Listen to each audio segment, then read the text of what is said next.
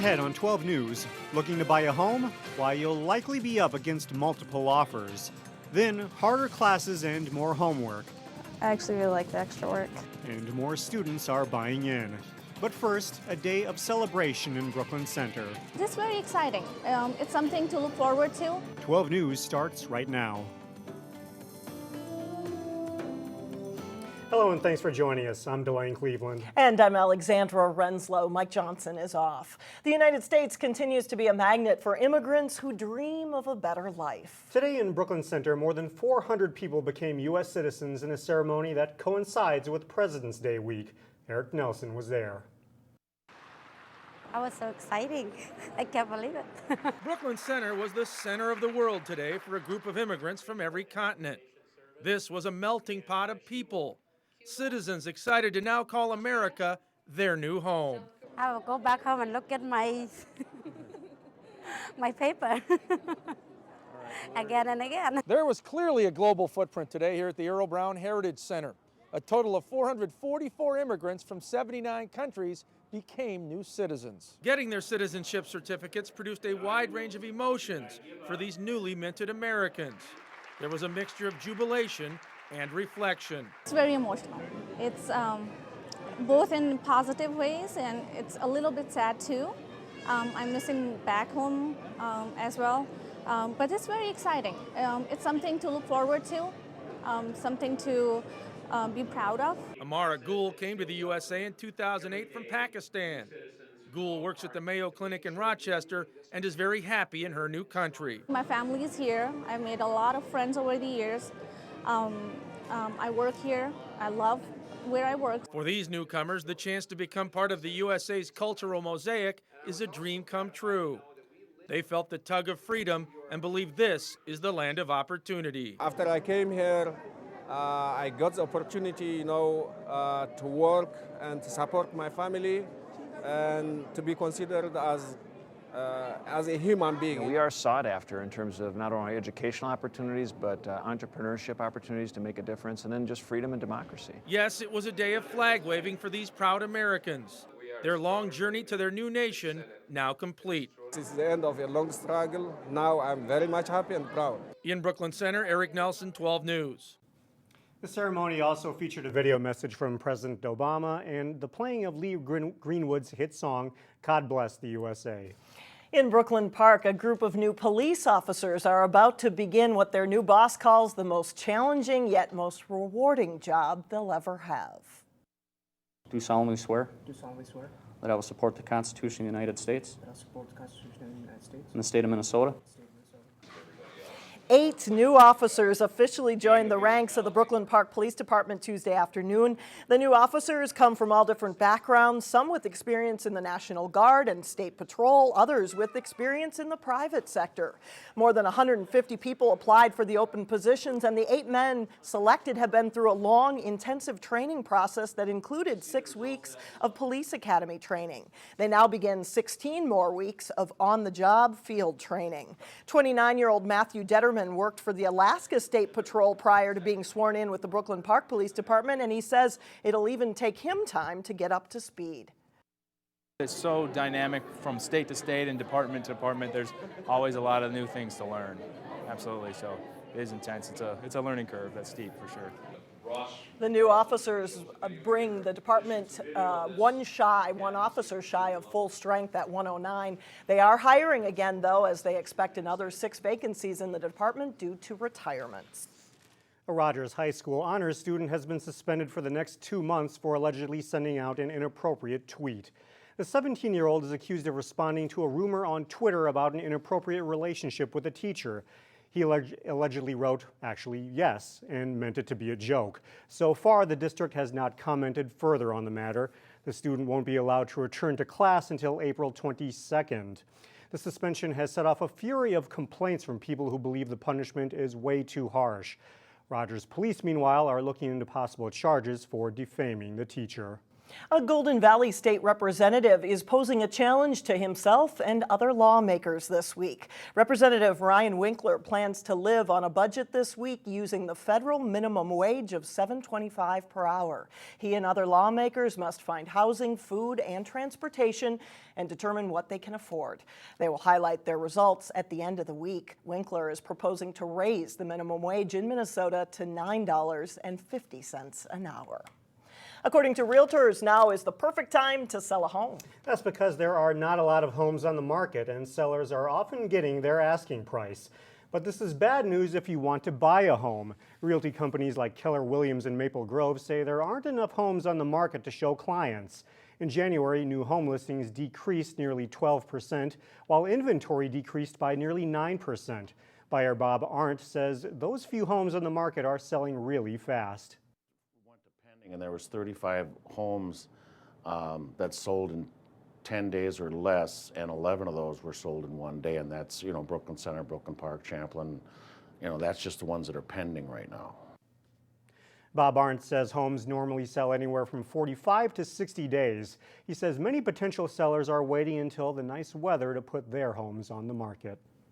Well, college textbooks, more homework, and a big test at the end of the school year. It is not exactly what you would expect high schoolers to willingly sign on for, but new numbers show otherwise. The Minnesota Department of Education says the number of students taking advanced placement classes has doubled in the last decade, and it's having a huge impact both academically and financially. Reporter Cassie Bonstrom has more.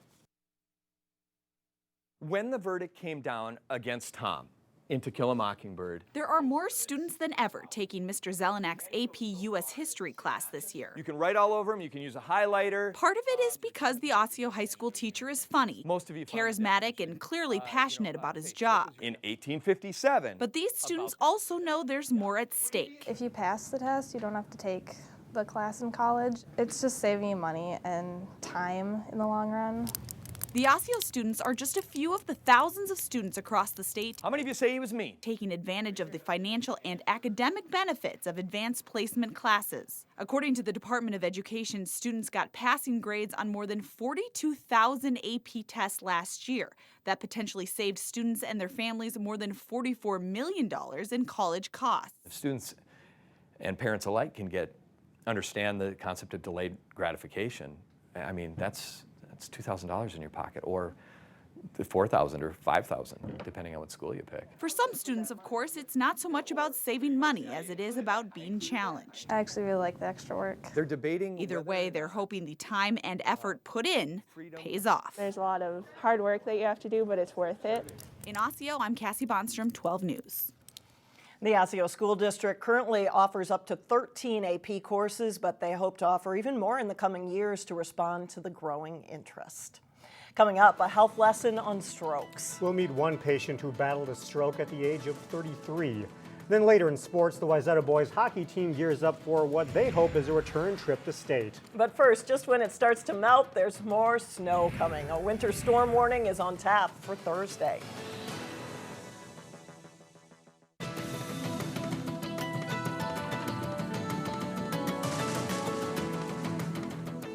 We've been told high-fat dairy foods contribute to obesity and heart disease. New research shows the exact opposite. One study out of Sweden followed middle-aged men who consumed high-fat milk, butter, and cream, and it found over a period of 12 years, those men were significantly less likely to become obese compared with men who rarely ate high-fat dairy. So what to make of this? It's not fully clear what may explain the reason. While some doctors agree that adults with high cholesterol should continue to limit dairy fat, it's also becoming more clear the benefits to full-fat dairy.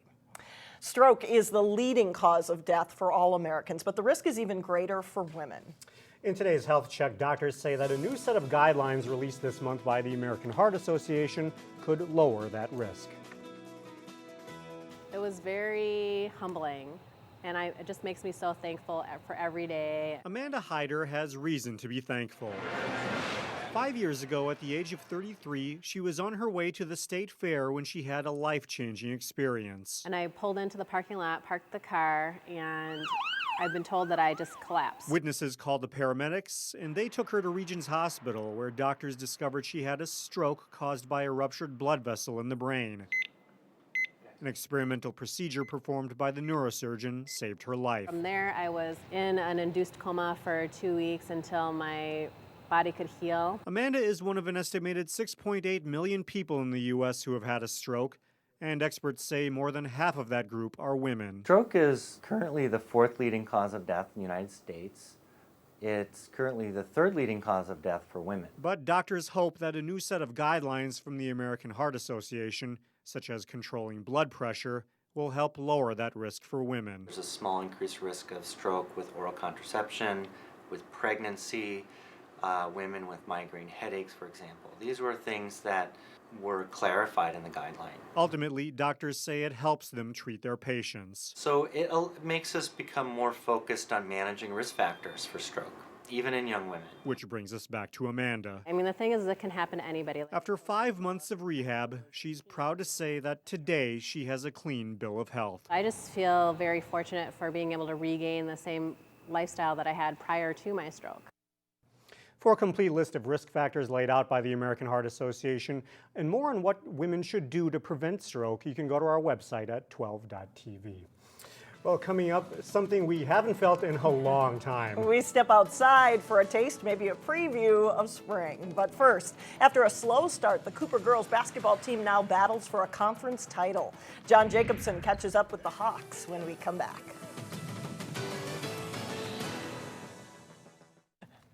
Welcome back. John Jacobson joins us now at Sports. And it's hard to believe we're already talking playoffs for hockey. You know, state girls hockey tournaments this week, and the boys section playoffs will start Thursday for a lot of teams. It is playoff time in boys hockey later this week. The Wayzata Trojans will start defense of their 2013 Section 6AA championship. Wayzata is the #1 seed in that section.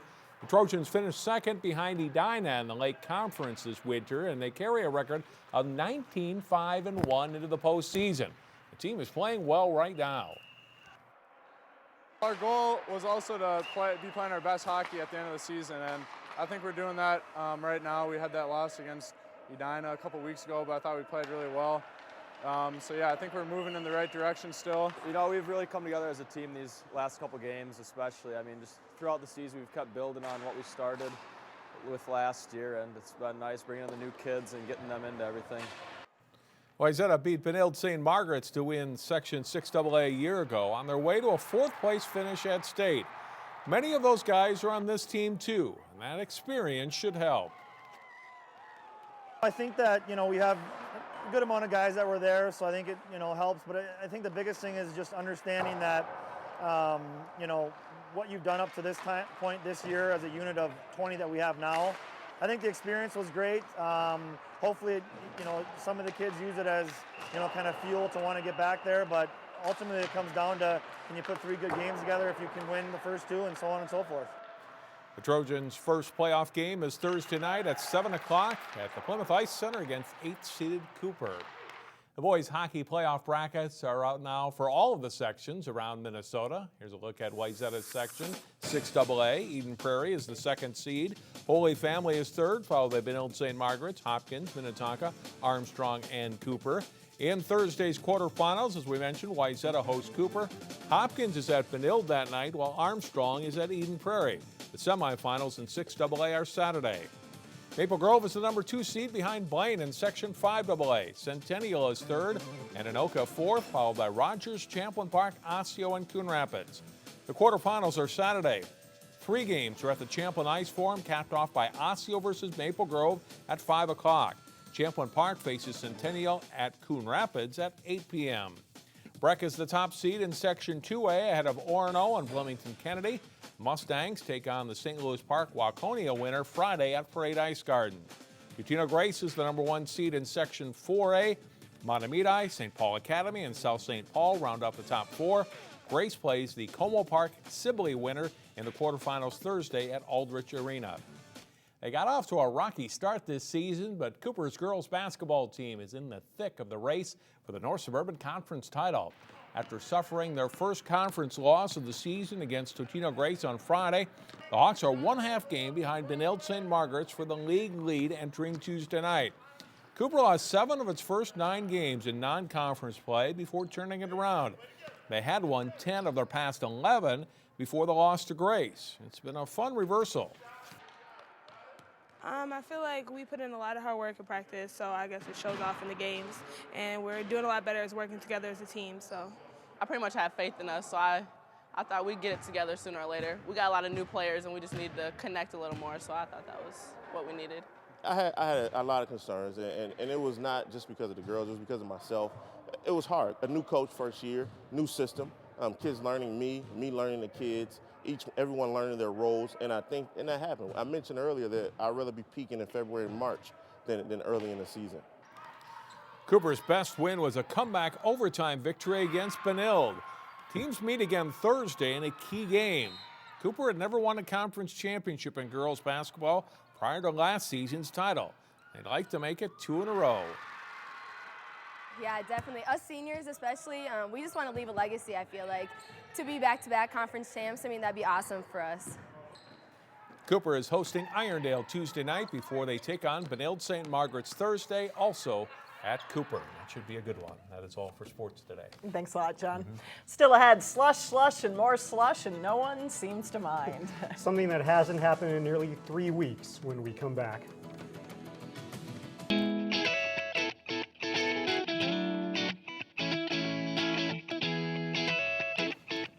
It's not a heat wave, but it sure feels like it. After weeks of sub-zero temperatures, we finally reached 40 degrees. People in the metro didn't waste any time getting out and enjoying the nice weather. Greg Jacobson and his 2 little girls decided today was as good as any to have a friendly snowball fight. Greg says it was so warm, no coats or gloves were needed.